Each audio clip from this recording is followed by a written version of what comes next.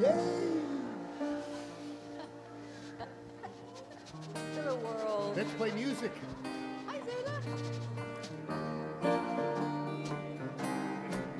Just a little warm-up for you, early birds.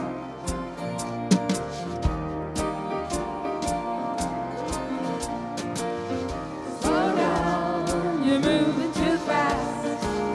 You got to make the morning last. Just kicking down the cobblestones, looking for fun and feeling groovy.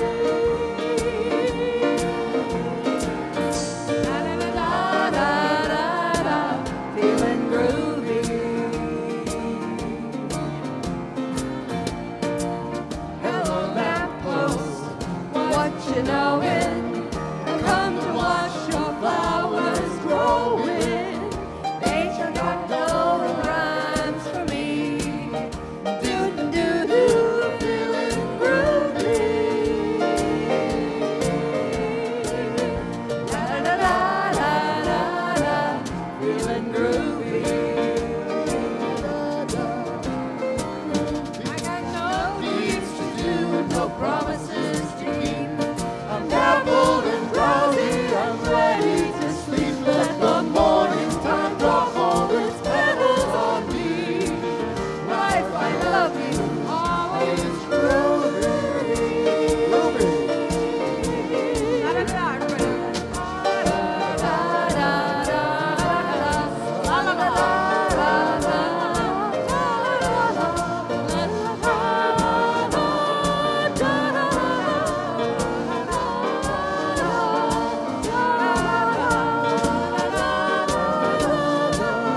One more time.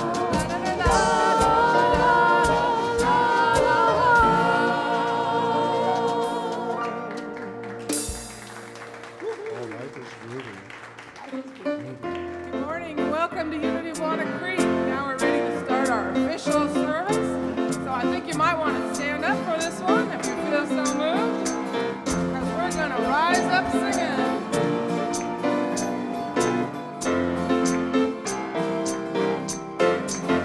Gonna rise up singing, bringing in the day. My feet are dancing in every way. You're invited to stay, to pray, to play. I am, you are, we are here today. Gonna rise up laughing, bringing in the day. My feet are dancing in every way. You're invited to stay, to pray, to play. I am, you are, we are here today. Gonna rise up loving, bringing in the day. My feet are dancing in every way. You're invited to stay, to pray, to play. I am, you are, we are here today. Rise up singing, bringing in the day. My feet are dancing in every way. You're invited to stay, to pray, to play. I am, you are, we are here today. I am, you are, we are here today. I am, you are, we are here today.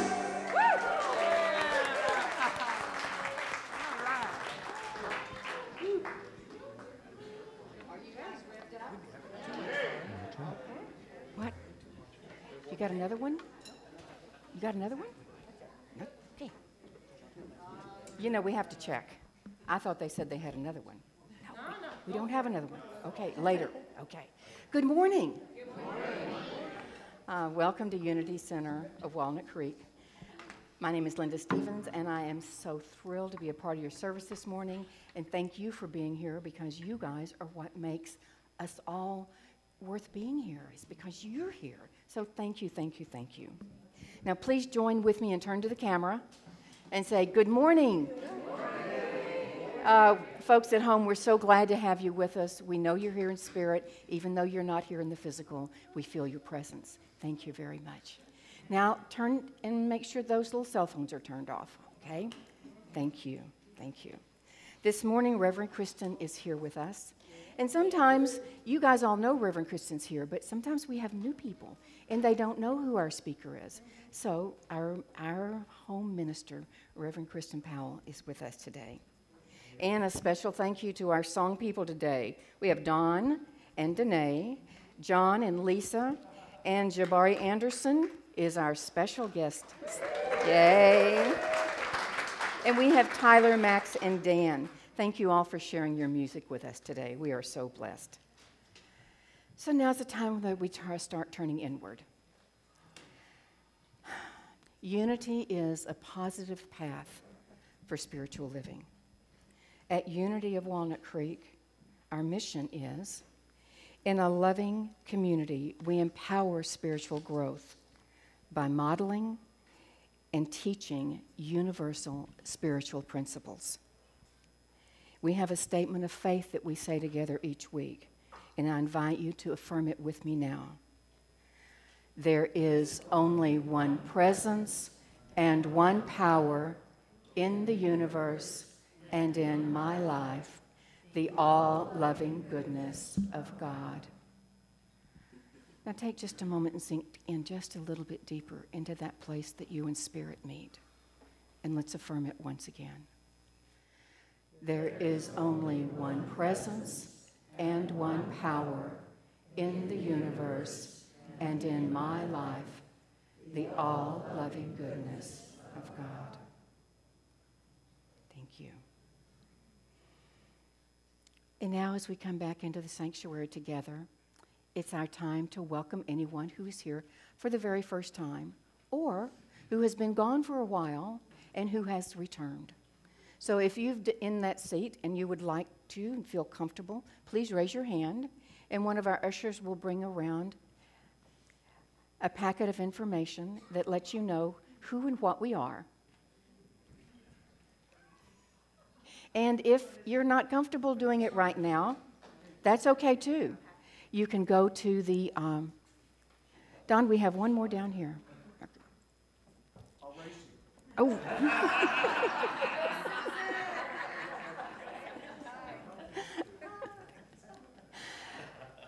If you didn't raise your hand, we welcome you to go to the bookstore and pick up one of the packets. Also, we encourage each of you that are new to go to our bookstore. We have a special gift for you.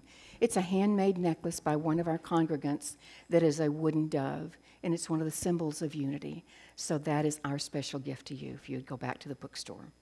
We also encourage you to fill out the connection card that's in that and let us know that you were here. And if you have anything that you'd like to tell us, that you'd like for us to give you a call about, we're certainly happy to do that.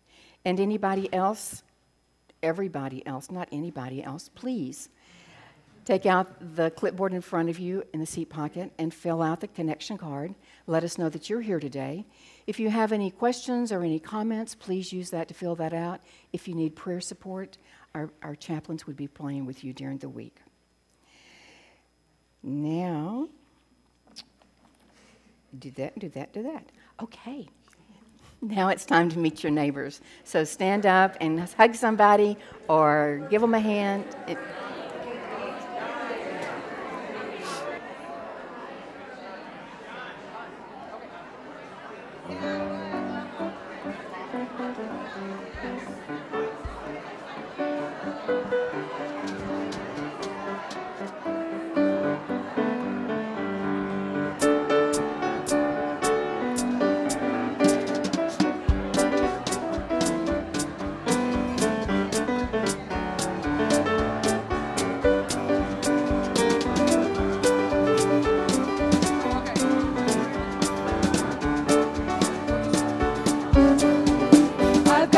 Joy down in my heart, down in my heart, down in my heart. I've got that joy down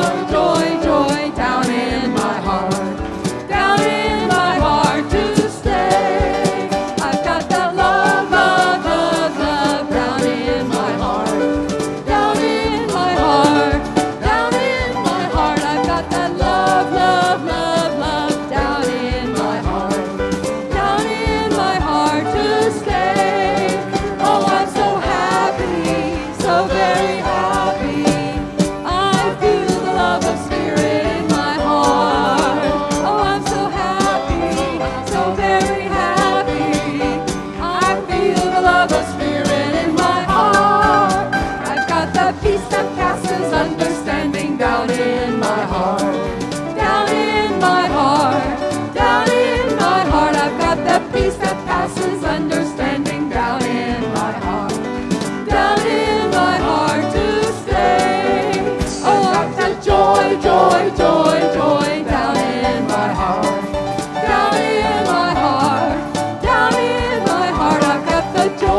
joy, joy, joy down in my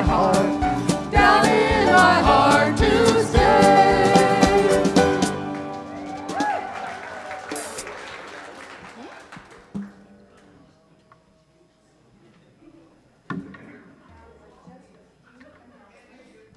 You can't hear me? Now can you? All right. So you have to let the guys know up there to turn this little thing on. So thank you very much.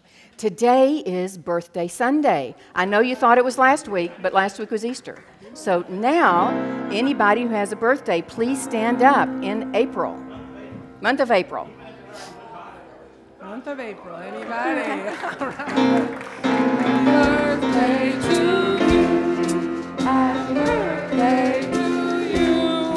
Happy birthday, dear friend. Happy birthday to you.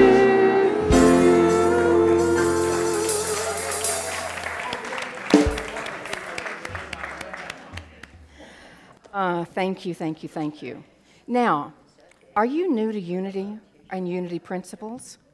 Reverend Kristen and the board members are having a newcomers get-together next Sunday after the 11:30 service. Join us in the community room for snacks and information, having and making new friends. And Reverend Kristen is going to be doing a life-changing spring nature retreat on April the 20th. Gain insights into yourself, your work, your relationships. Register soon for one of the 12 spots that's available. Unity is selling Earth Day. Selling? No, it's not. It's celebrating. Guys, okay, Leslie, you know how the words just sometimes just come out wrong. Unity is celebrating Earth Day. Visit the table on the patio to immerse yourself in ways that you can protect Mother Earth and make a real difference at preventing plastic pollution. Now take a look at these things in the bulletin and details on other activities. And now, Reverend Kristen.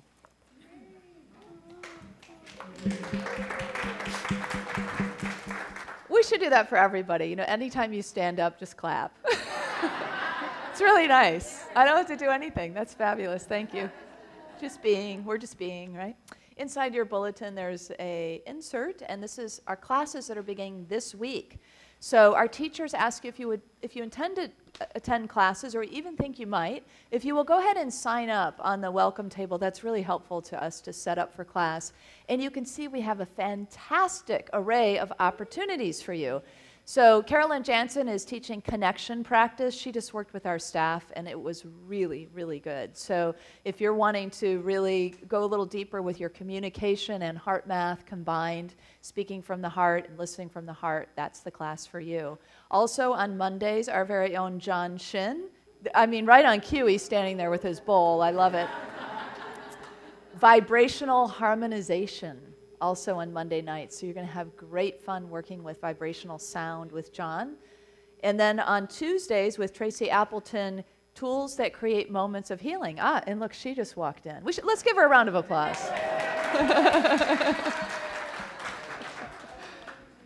Tracy has fantastic materials in her class. It's really well organized. I always hear really great things about it. She gives away free gifts.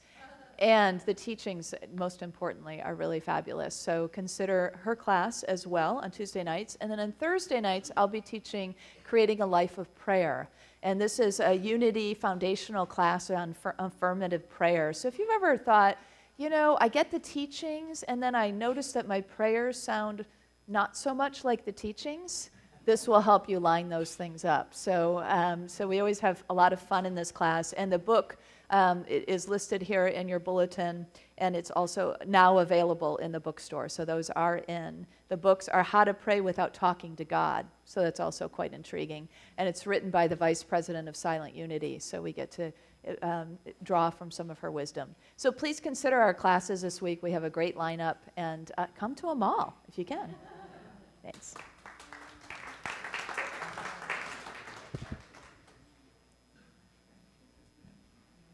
I don't know why I keep doing that. But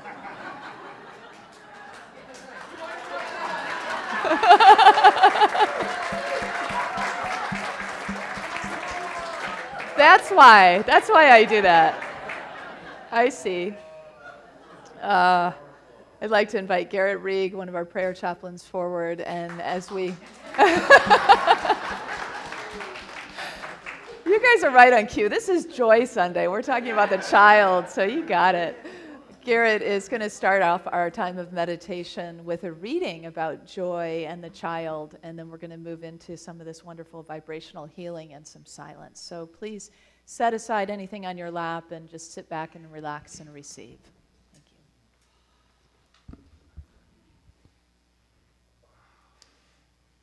Well, I'm really privileged to give this reading because I have 4 wonderful grandchildren. So anyone who has a relationship with a child is fortunate. Joy. I tap into the joy that is being expressed in God's universe right now. Children have so much to teach me about life and about joy. Even as I picture joyful images of a child playing with a brightly colored ball, riding a new bicycle, or biting into a fresh-baked cookie, somewhere in God's universe, right now, I am sure that a child is experiencing such joy. Just by thinking of the image of one child at play, I tap into the joy that is already happening somewhere in the world. I smile. Suddenly, I have become a channel to express that child's joy right now and here in my own surroundings. My joy is a deeper experience than the happiness of outer conditions. Joy results from my awareness that God and I are eternally connected, a truth that all children seem to instinctively know. And our Bible quotation, unless you change and become like little children, you will never enter the kingdom of heaven. That's Matthew 18:3.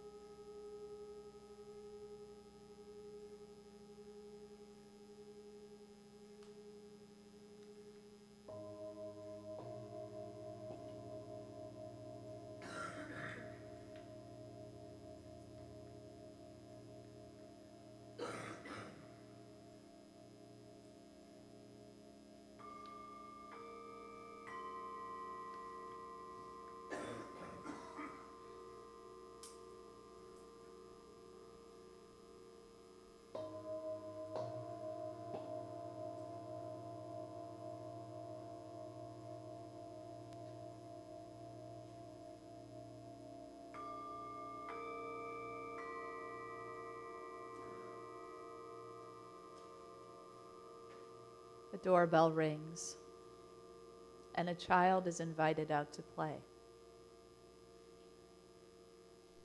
And so let that doorbell be the doorbell of your own heart.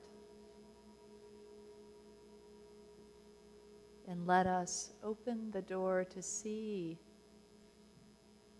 standing before us, our own inner child.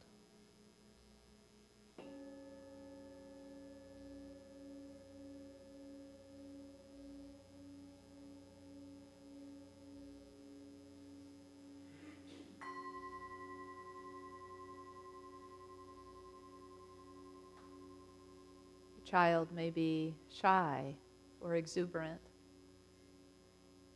ready to play or running to hide.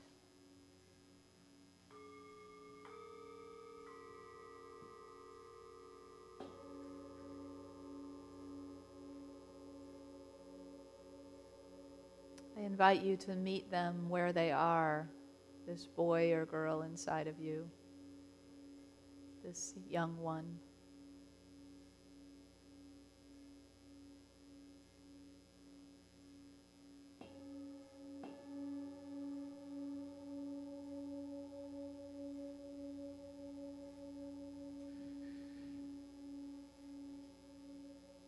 Perhaps your greeting will be one of embrace or slow and careful invitation, mutual curiosity.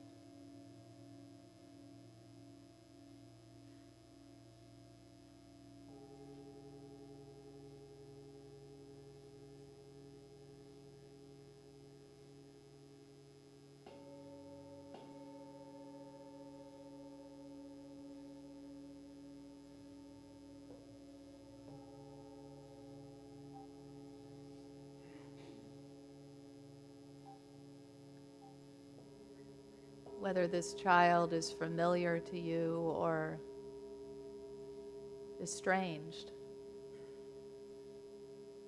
I invite you to take this opportunity to be with that child within you.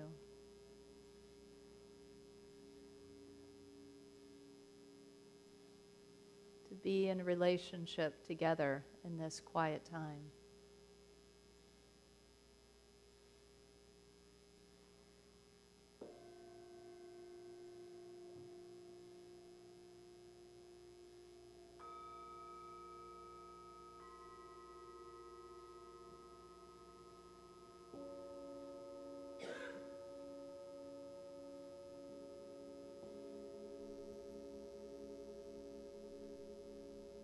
And so we all, adult, child, spirit,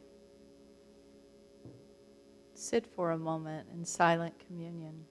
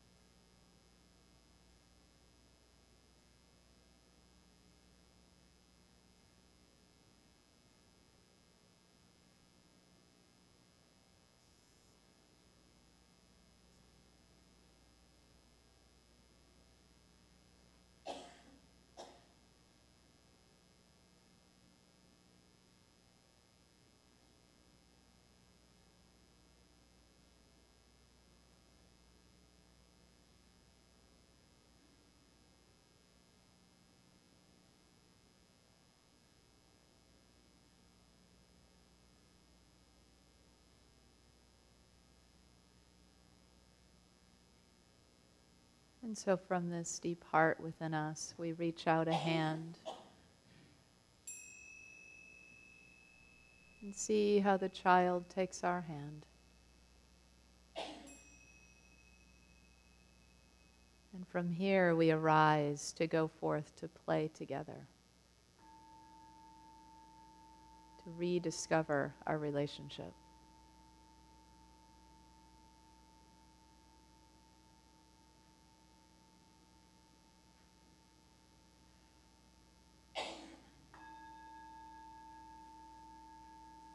And with Spirit as our guide, we say, thank you, God.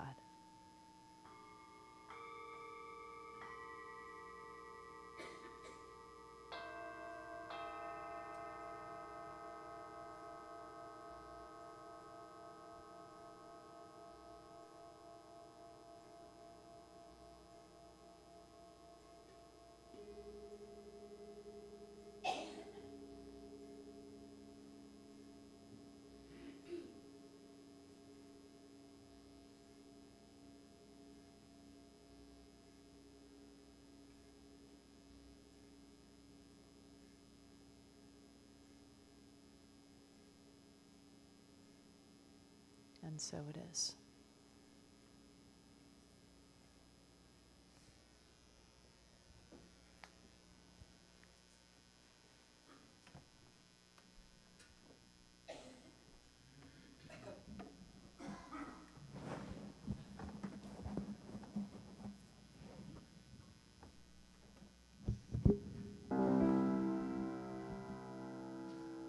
Freedom child, your music can be trusted.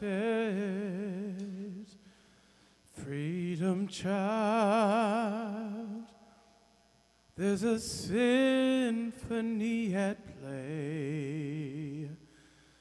Freedom child, the adult just got busted, and a child shall lead the way.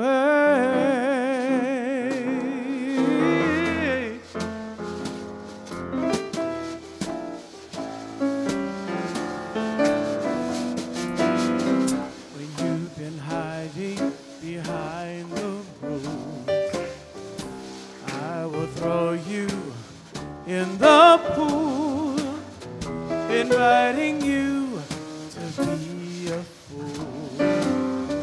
'Cause life's a playground, not a school. Hello, I'm your long lost part, the freedom child in your heart of hearts. Childlike, but not childish. Playful, but not powerless. I'll break all of your eggshells one by one, inviting you to have a little piece of fun. Just a little thing called fun.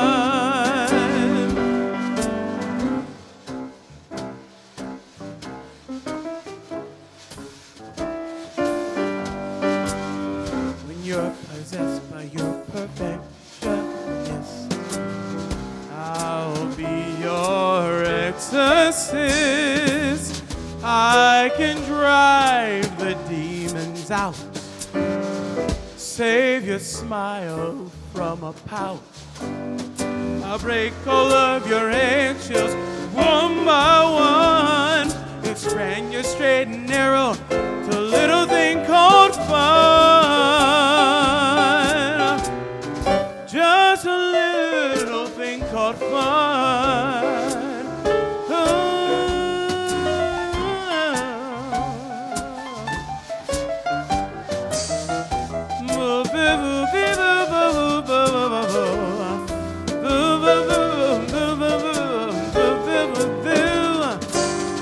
The freedom child can cut you loose when your head is hanging in a noose. 'Cause life is too precious life is too short to be a full-time worrywart.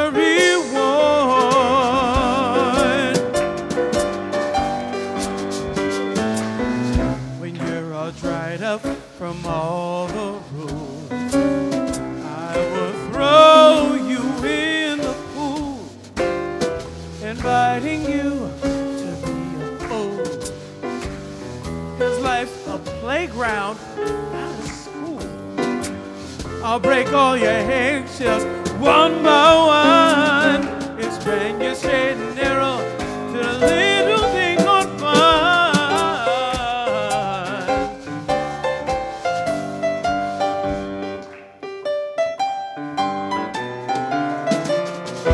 Childlike and not childish, playful but not powerless, flying free, not limitless, freedom,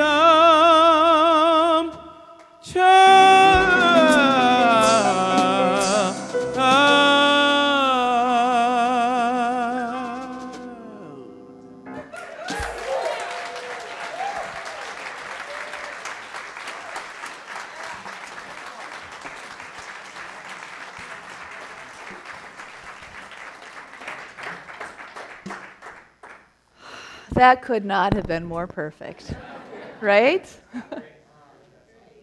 That was a Scott Gray song. Wow, fabulous. Some of you might know Scott. He's been here before as a guest speaker from Marin, right? Close by, our neighbor. I love the freedom from being a worrywart and releasing you from perfection. I mean, this is spot on for where we're headed. So today we're starting a new series about the 4 shields, the initiations of the sacred human. And as you might have guessed, the first one is the child. And so we'll go into that in a little bit more detail, but I would like to just kind of introduce you to the basic wheel. The human mandala is a way of thinking of this. It's sort of a map of where we go as divine human beings in each of these stages, and how the stages, one kind of initiates the next stage. I mean, the whole thing is really cast in a rite of passage. The whole thing is cast in this idea of initiation. And so that's going to make a little bit more sense as we go along. But I want to tell you a little bit about the experience I had this week. I was on a retreat. Thank you to our very thoughtful board that made that a reality as a part of my work here, to take quarterly spiritual retreats that really feed my soul and hopefully bring forth something to share. And this week was this really great combination, because I was both in the redwoods and walking the beach, and then I also was at a meditation retreat at Spirit Rock. And I know, right?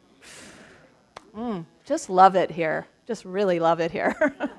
That these things are at our fingertips is like, wow, so amazing. So here's one of the most amazing experiences. I was walking along the beach, and alongside the beach is a pair of elephant seals. And I go a little further, and there's an entire tribe. I think they call them herds or pods. But anyway, there was a lot of them.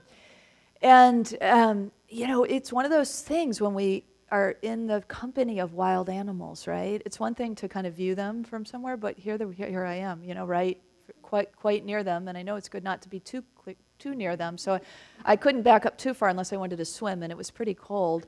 So I was on the edge of the ocean.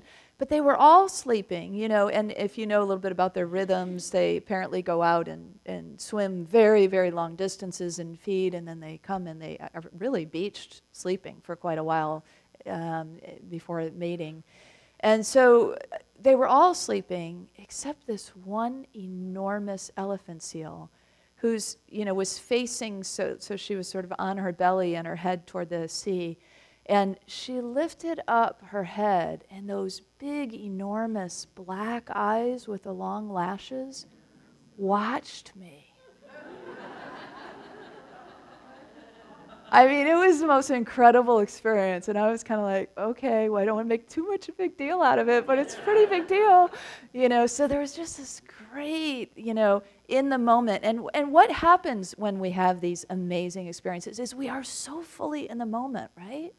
I mean, I was not might have been walking and thinking about something just prior, but all I could think about was this elephant seal and this relationship. And there's like a tinge of fear because, you know, you're in the presence of a lot of wild animals and they're big and I've seen them be aggressive. So, you know, but then there's that wonder, you know. I couldn't have been more, even as I was walking, sort of planted on the earth, feeling my bare feet on the sand and the water and that, you know, just really present to the sensual experience, as well as the heart experience, the soul experience. So the next day, I'm at Spirit Rock on an insight meditation retreat.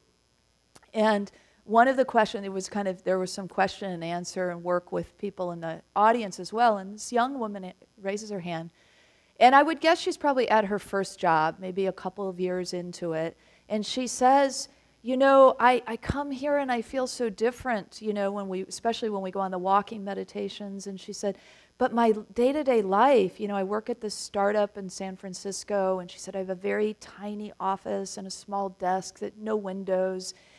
And she said, I just feel so confined, you know, and of course she's probably working very long hours and commuting, and you could I could almost hear the subtext of her question was, is this what it means to be a grown-up? Right? I'm now in the working world. Is this what it means to be a successful professional? That I have to sort of confine myself in this cage-like indoor environment, you know? And I know I experienced that as a young woman too, just starting out in office work, and I've heard other young people express that that sense of soul-sucking, you know, kind of experience, right? So here's these two juxtaposed experiences, you know, and it reminds me of what this work is about, that we're about to leap into, which is that finding that holistic, balanced understanding of who we are as a divine human being. What does it mean to be a responsible adult? And does that mean we have to chuck away the wildness and the awe and the wonder of being a child so connected to the natural world, or so connected to the fun and the play of life, the freedom that we just spoke of? And what does it mean to be that sort of in that sometimes gloomy or dark or difficult stage of passage from childhood to adulthood that we call adolescence? Or to enter then from our adulthood and our elderhood into that life transition into the full spirit world. And then to enter back into the wheel again, which is what we've just done, by the way, having just last week resurrected, right? Having been all about the spirit and the resurrection of spirit. That's very east. The east shield of these four shields that we're going to talk about is all about spirit, is about springtime. It's sunrise. The shield of the east, one of the four directions, one of the seasons, one of the stages of us as a divine human, part of that map. And so we really, though, begin, and I know there are many wheels of life around the world, and out of many indigenous cultures in particular, these kinds of maps of our holistic path have emerged. And so you may be familiar with other kinds of wheels of life or medicine wheels that have different names for different directions. So this is the one that I was taught. This comes out of Stephen Foster and Meredith Little's work, and the rites of passage work that they started in Big Pine, and now they have the School of Lost Borders there. And I have been a student of theirs. I never got to meet Stephen because he made his transition, but I've been a student of the work there and a guide of the work there as well since then. And so this has been a really meaningful and useful path to me to sort of bridge my understanding of what it means to have this cerebral, transcendent kind of spiritual experience like the meditation retreat, and the earthy kind of connected, relational, body, present moment, childlike nature indigenous understanding kind of experience, like the one of walking the beach and experiencing that elephant seal. And both are equally spiritual, and both are equally important, I think, to our walk, to our holistic understanding of who we are.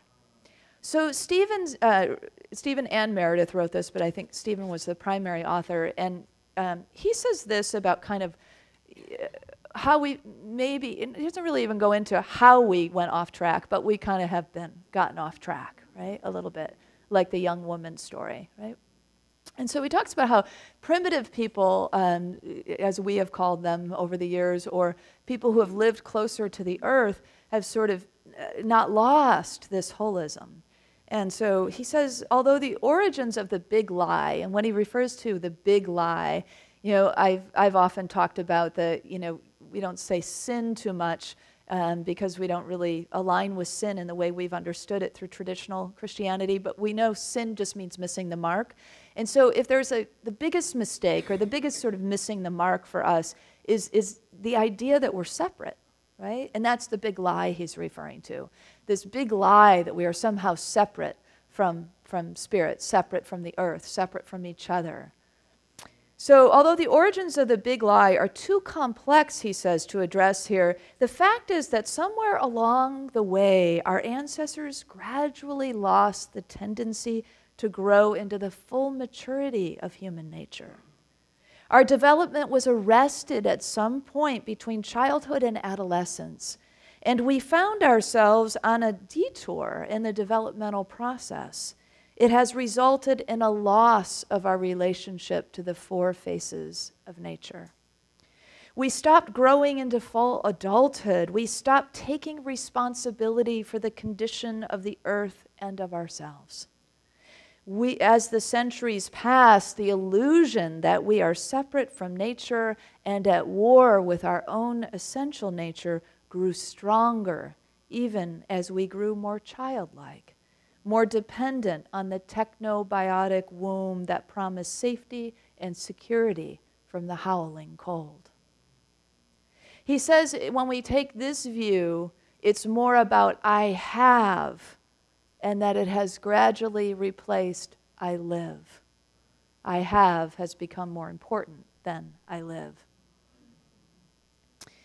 So that's the bad news. What the good news is, there's a map. There's a way through. There's an understanding available to us. You know, in our culture, typically, most of us have experienced in our culture, not a lot of ritual or rite of passage at significant times in our lives.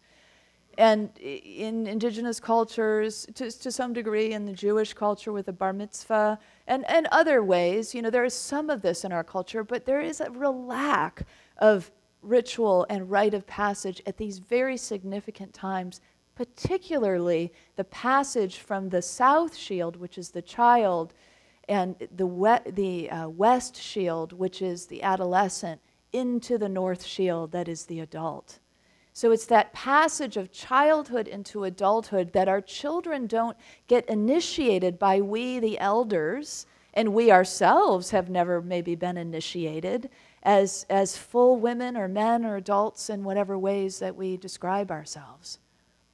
And so this work allows us and invites us into rites of passage and ritual that we can create for ourselves and come to understand where we may be not completely initiated, where we may be a bit stuck in one shield, one may be overemphasized, another may be a little weaker. And so it gives us a map to look at ourselves and to walk this walk of holism, of what it really means to be an embodied spiritual being, to be both, to be reaching in the direction of sky and reaching down into the core of earth. So both bring us this kind of balance.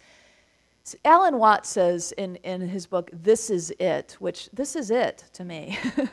He really encapsulates it. He says, is it not possible to be a mystic and a sensualist without actual contradiction?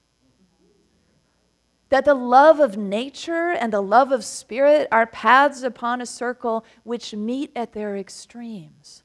Perhaps the meeting is discovered only by those who follow both at once. And to that I say, amen. Because it is both of those paths that really allow us to converge in the wholeness, I think, that we were created to be. You know, the out of the earth idea that we were made, you know, even if that's a myth, there's still a real truth to that, isn't there? Because this body is of the earth, is of that materiality and that physicality. Years ago, I remember somebody saying, you know, or maybe I read it, when particularly women, men may say this too, but you know how women sometimes say, I love those shoes. You know? It's an odd use of the word love, isn't it? I love those. I love that dress. I love that, you know. So and I don't want to stereotype men and women. You know, you may say that about your shoes too, men, or other things. I don't know. I love the shirt, right? I love my golf clubs, whatever it may be. We all got to love something, right? But isn't it interesting? And you know, and so anyway, this author, and I wish I could remember who it was. As soon as I think of it, I'll give them credit. Her, I think it was a her. But anyway, that love for the material thing is actually a love for nature, right? Because that thing is made of nature, and so it's sort of our modern way of reaching into that longing and that desire to be back in that place of natural rhythm. Isn't that lovely? It's a lovely way to recast that. So it doesn't make us bad or wrong. It makes us recognize that we have desire and that our modern ways have brought up that desire in new and different ways. So to just give you kind of the lay of the land of this mandala, this 4 shields, the first shield, as I mentioned, is the child. So we come into this world as, of course, the child, right? As the newborn, and then who develops into the child. And so in the south shield, it is everything child. You know, it's summertime, it's midday, it's sunshine, it's play, it's sensuality, it's discovering of the body, it's sexuality. And all of these things, you know, that children are so good at. You know, the other day I came home, Brenly had been spending time with Grace, as she often does, and I said, what'd you do? And she said, oh, you know, she named some things, but the thing that really stood out to me was she said, well, Grace discovered an ant, and she allowed the ant to crawl on her arm for quite some time until the ant disappeared, and then she got a little freaked out and didn't know where the ant had gone. But I thought, you know, so in a day of life, I don't usually talk about how I allowed the ant to crawl, but I was thinking about that as a child. Remember that? Do you remember that when you were first discovering little things that crawled upon the earth, and how curious it was to feel that thing crawl upon your skin or to watch it on your hands? And so we've in some ways lost a bit of that edge, right? But when we enter the south shield, we re-enter with the sort of, we can, if we do this deliberately, enter again with the eyes of a child and the experiences of a child. And we can shed those old things that we heard about how the flesh is, you know, sinful and corrupt and blah, blah, blah. Let that go, right? Because all that we know is not truth, right? Because we know when we're in the field of truth and when we're not, you know. And so once we come into the aliveness of truth, we realize, sexuality and spirituality don't have to be complete polar opposites, right? There is a place for all of these to converge together in beautiful ways. So as we engage our sensuality, we bring all 5 senses into the bedroom, or we bring all 5 senses out to play in our backyards, in our gardens, or at the ocean, or amongst the redwoods, or wherever it is that turns you on, you know, in that turns up the volume of the spirit as an embodied being. It's a gift. It's a great gift we've been given to walk the earth as an embodied being. You know, and usually for, you know, several, maybe 10 decades, who knows, maybe more. But, you know, it's relatively not a huge amount of time when you cast it in the spectrum of evolution. And so it's a time to really savor this experience of being an embodied spiritual being. So in the South, that's, and we'll go into this a little bit more, but I just want to give you the whole wheel. So the child then becomes the adolescent, right? In the West, the adolescent. You could think of caves and darkness, It's sort of that time of, I'm in a kind of starting to become an adult body, but I still feel like a kid, right? I still live at mom and dad's, and they still guide things, and I'm not yet responsible. So it's that awkward sort of experience, and that's a big initiatory time for us. In a lot of ways, our collective culture is still stuck in the child in ways that aren't so healthy, because we have so many uninitiated adults running the world.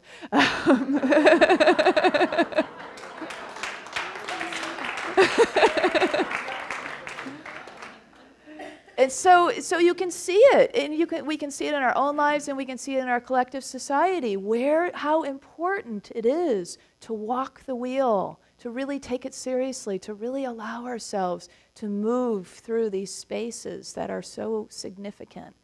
And so in the West, we have sunset and we have fall, the season of fall. And when we move to the North, to the adult, it's winter time, and it's a time of service and parenthood and work and responsibility. All the responsibilities that come with work and family and sort of being the head of the tribe, or one of the heads anyway, one of the leaders who is the responsible one, right? And so I loved in the song that Jabari sang, where he talked about the perfectionism idea, or how it sort of squelches the child, or the worrywart. You can see how if you've got an overdeveloped North, which many of us do, I certainly can relate to that, then the child doesn't sort of get that freedom of play so much, because there's sort of that sort of, it's got to be this way. It's about Chronos time. It's about clock and calendar and things to do, and stuff's got to get done, and this is serious business, right? So we need the adult, but it can be a little too much too. So we can get stuck in one of the shields. So this is another way to look at it, is where am I overemphasized and where am I underemphasized? And how can I draw out a little bit more of that other shield that hasn't gotten so much play? And then, of course, in the East, then it's pure spirit, it's springtime, it's sunrise, it's first light, it's the transition of our bodies into full spirit, and then back again to be children again. So here we are in the South as a child, and as I mentioned, it's about body, it's about sensuality, it's about play. And, one of the things that is interesting about children is, they know like the places they play really well. There's a locality, a kind of depth of locality. So a child knows the backwoods that they grew up in really well, like way better than most adults would ever pay attention to, right? Because again and again, they repeatedly go to those places to spend time, to listen, to interact, to play. They know how the ground feels, the ground of that locality, and sensuality has that locality to it. Kids may know the driveway or the sidewalks if they're in a more city dwelling, but there's still that sense of place. And that's a part of this childlike sensuality, that there's a real sense of place. David Abram is an ecologist, and he says in his book, Spell of the Sensuous, about this idea. In contrast, he says, to the apparently unlimited global character of the technologically mediated world, the sensuous world, the world of our direct interactions, is always local. The sensuous world is the particular ground upon which we walk, the particular air that we breathe. And so one of the ways that we can really enter this South Shield and play, if you will, in it this week, is to become much more aware of the ground upon which we walk. Like, what is it like in your backyard or front yard or places you traverse? Is it like a lot of pine needles or acorns or dry earth, or, what does it feel like? Do you ever walk on it barefoot? Do you know the ground upon which you are dwelling, upon which you walk each day? Do you know it like a child would know it, to play and interact with it? And maybe if you're a gardener, you do. Maybe you dig in that soil a lot and you have that kind of sense of earthy connection. That's one of the ways that adults often have that connection again with earth and child. but also to bring the playfulness, you know, like maybe running the sprinkler on a warm day in the backyard, or, you know, or go naked in your backyard, you know. That sounds fun to me. I had a friend that told me that that's what her husband did every day. I don't know why she told me, because it was just like forever. That's all I could think about, you know. Every time I saw him, I'm like, Brian, yeah. That one's for you, Michelle. I know she watches a lot. So, now that I name their names, I don't feel like I can tell this story. Darn it. Those weren't their real names, though.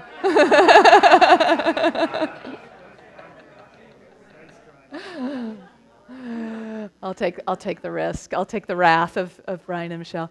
Anyway, she was just telling me how he had target, like a target thing. I don't say bow and arrow, I guess. I'm not sure. Some kind of target practice that he would do.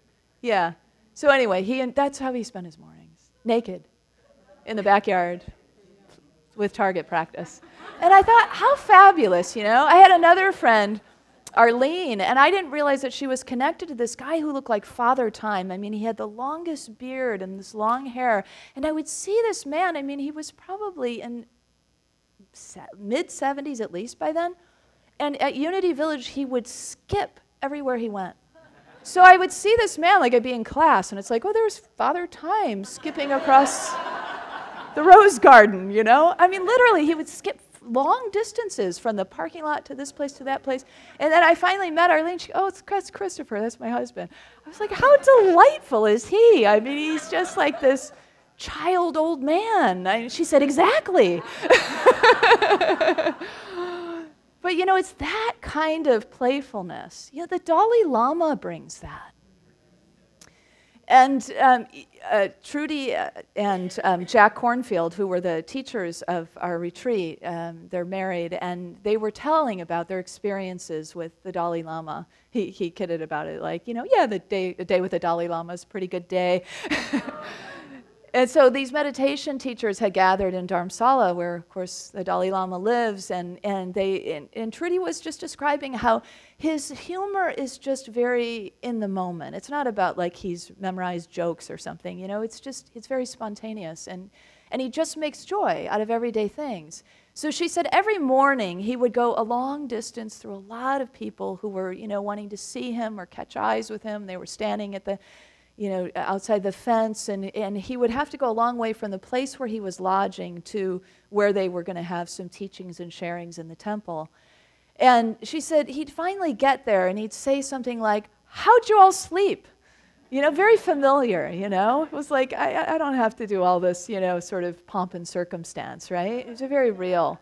And they would, you know, all mumble their answers, and he would say, I slept 9 hours. Ha, ha, ha, ha, ha. I feel great, you know.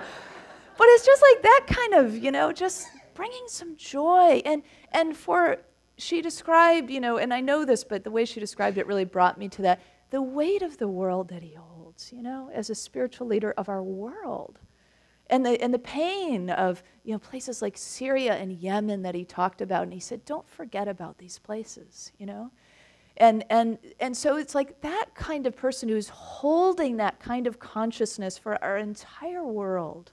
She said every time the teachers would bring up something specific about a specific place that they were talking about, he would interrupt and he would move it to the whole world.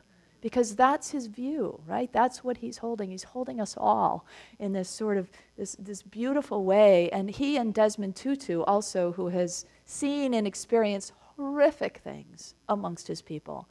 The two of them got together and wrote the Book of Joy. And you see them laughing together, right? You know, so there's like the depth of what a spiritual being can hold, the seriousness in the north shield of the responsibility and the east shield of the spirit can be tempered with this beautiful south shield, this child, this joy, this play. In fact, it needs to be, right? Don't we all need to lighten up? I know I do. Doesn't the world need some of that joy and that playfulness? And so the South Shield has those gifts to offer us. And ways that we can enter it and interact with it is to just look at the elements of it. So the literal element of it is water. And so interacting with water, thinking about how water moves and flows and is flexible. It can be rushing and hard and roaring and big waves, and it can be solid and placid and you know, so that flexibility, that movement, also that water is a place of recreation, right? A place to play and cleanse. It's a place of pleasure for the body. So all of those things, entering the sensuality, doing things that engage all five senses, and thinking about that in a real literal way. Oh, okay, I can smell the flowers, and I see the beautiful colors, and, you know, I hear the songs of the birds, and, you know, I'm tasting some delicious fruit. You know, one of the things that happens on these meditation retreats is I'm always brought back to that mindful eating practice that I forget, it seems, pretty much as soon as I walk out the door of the retreat. But then I try to reel myself back in, and I don't know if any of you have practiced this, but, you know, I notice that whenever I do really mindful, slow down eating, I notice what a difference between different foods. So in my lunch every day, I had like carrots and hummus, but I also had these crackers and, you know, just kind of a array of snacky-like foods. But I would bite into that carrot in a mindful way, and wow, was it alive. I mean, it was so alive and juicy and, you know, quenching of thirst and sweet. And then I would bite a cracker, and it was like dead. Like, this is like dead food, you know, because it's been processed so much, right? So as we slow down and we get mindful, this is one of the ways that we can engage our senses, is to notice those things, or whatever it will be for you that comes up. Maybe you'll have a different aha. But so with food and with play and with our time, allowing ourselves to be free is really what it's about, isn't it? So if we, one of the other aspects of this shield that I think is really important is the body. Because, oh, have we not been so hard on our bodies? It's sad and painful to think about it, really. What we do as a culture, you know. So the ideal that's held for us all is sort of the Hollywood celebrity, as Eckhart Tolle says, the glossy people in the glossy magazines, you know. It's like everything is airbrushed and, you know, tucked and whatever. You know, I don't need to tell you about our culture. We know it well, right? So there's that sort of ideal that's set up, and then there's the realness of who we are. And if we can only jump out of that mindset that says our bodies need to be a certain way or to be critical of our bodies, and instead jump into that very natural, relaxed, sort of belly relaxed space, you know? So Clarissa Pinkola Estes wrote Women Who Run with the Wolves quite a while ago. And in it, she tells a story about how she and her friend Opalanga, who's an African-American woman, and as Clarissa Pinkola describes herself, I am una Mexicana. And she said they did this tandem storytelling program called Body Talk. And in it, they tell the stories of how their bodies were criticized and ways that they kind of received slings and arrows over the years about how they were not beautiful or they were not this enough or that enough.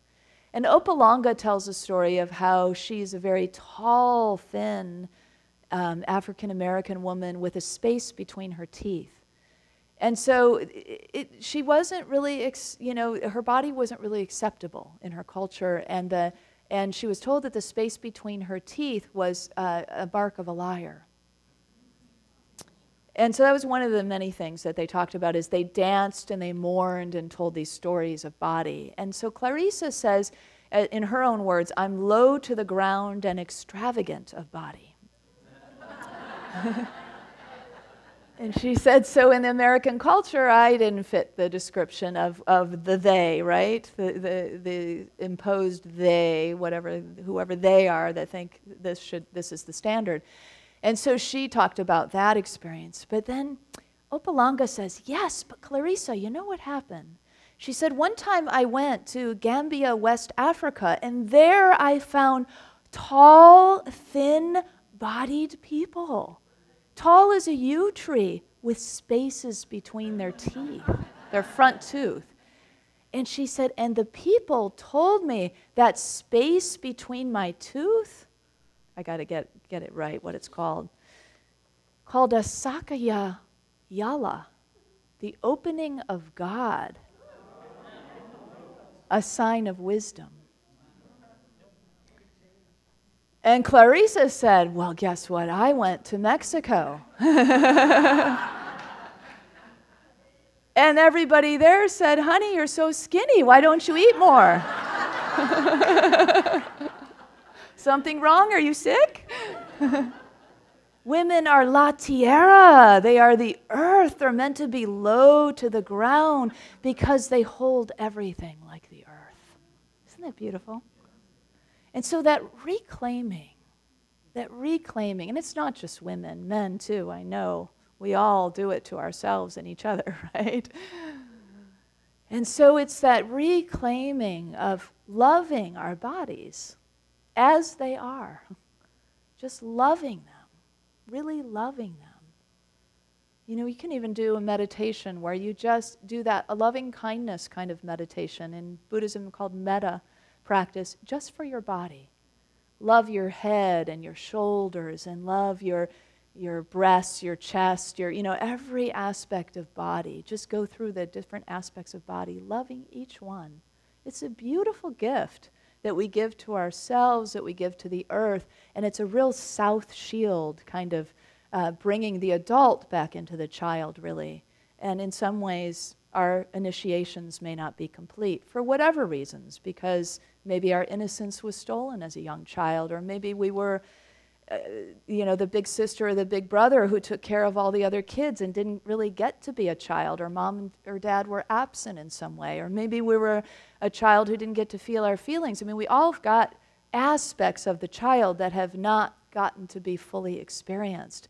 And so I guess what I'm encouraging you to do is, if you need to write yourself a permission slip to be a child this week, to play, to be in joy, to be in sensuality, to be in the rediscovery and the honoring of the body temple.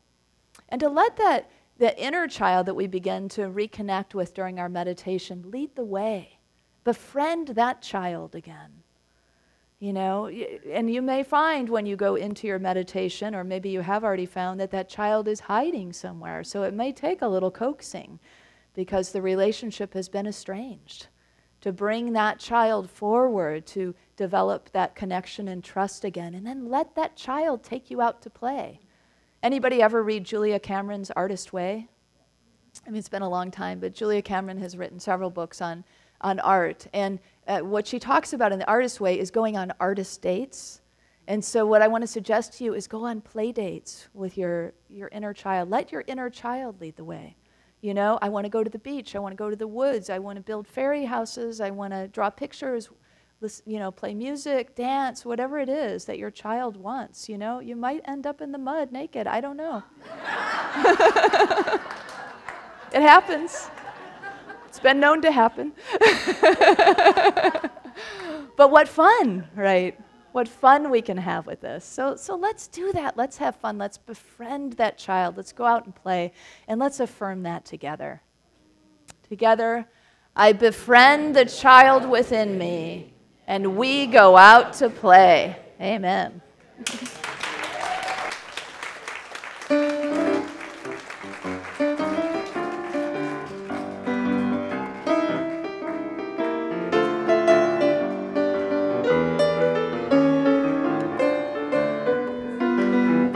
Does everybody feel like dancing? Woo!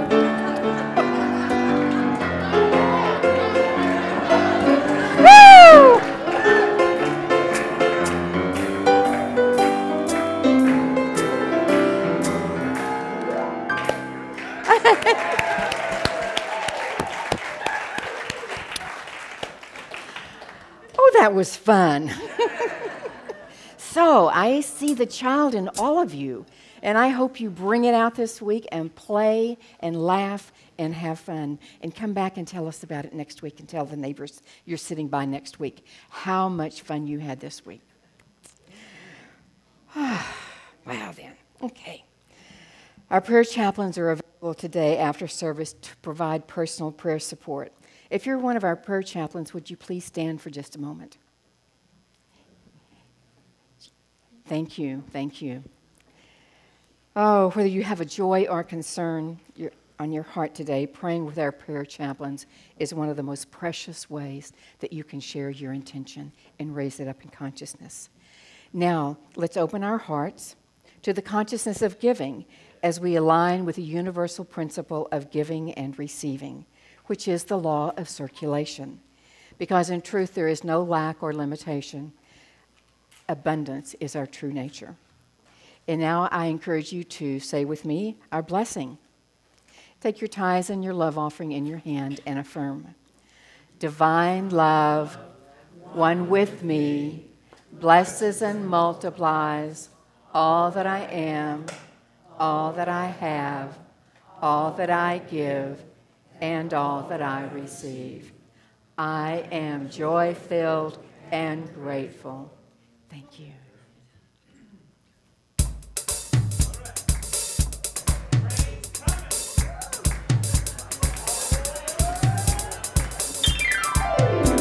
The next stop that we make will be here in England.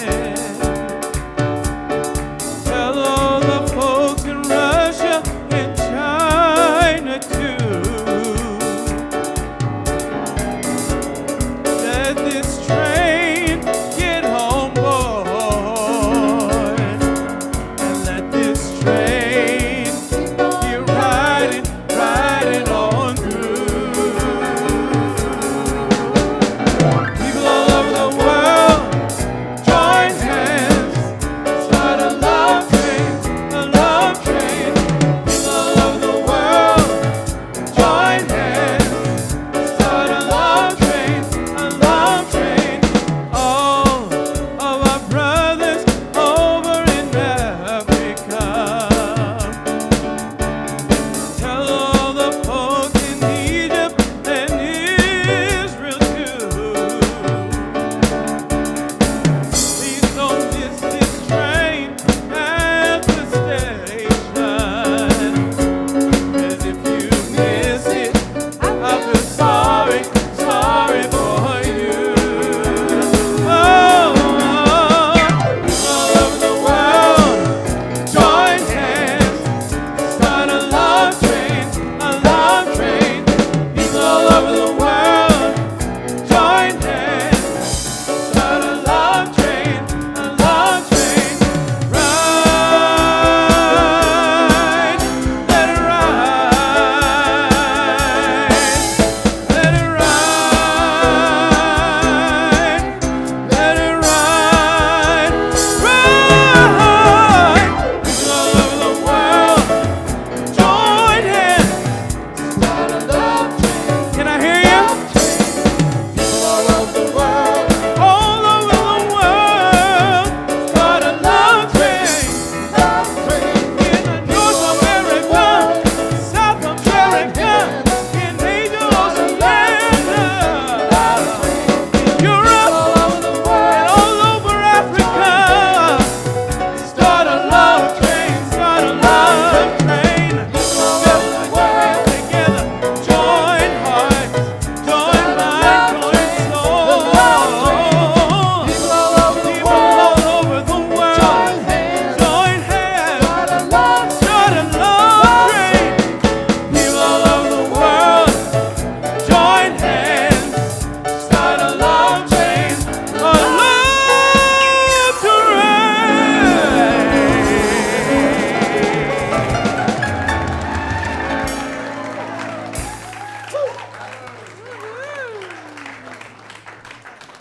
Wow, what fun. We are alive, awake, and enthusiastic today. We give thanks for this abundance that is a representation of our childlike love, our desire, and our knowing of just how to have fun. And so we go out and do it abundantly multiplying the good. Thank you, God. And let us bless this together. We give thanks for the ever-increasing, unceasing flow of absolute good in our lives now. Come on up, children. Marching in the light of God. We are marching in the light of God. We are marching in the light of God. We are marching in the light of God. We are marching, marching, we are marching, marching, we are marching in the light of God. We are marching, marching, we are marching, marching, we are marching.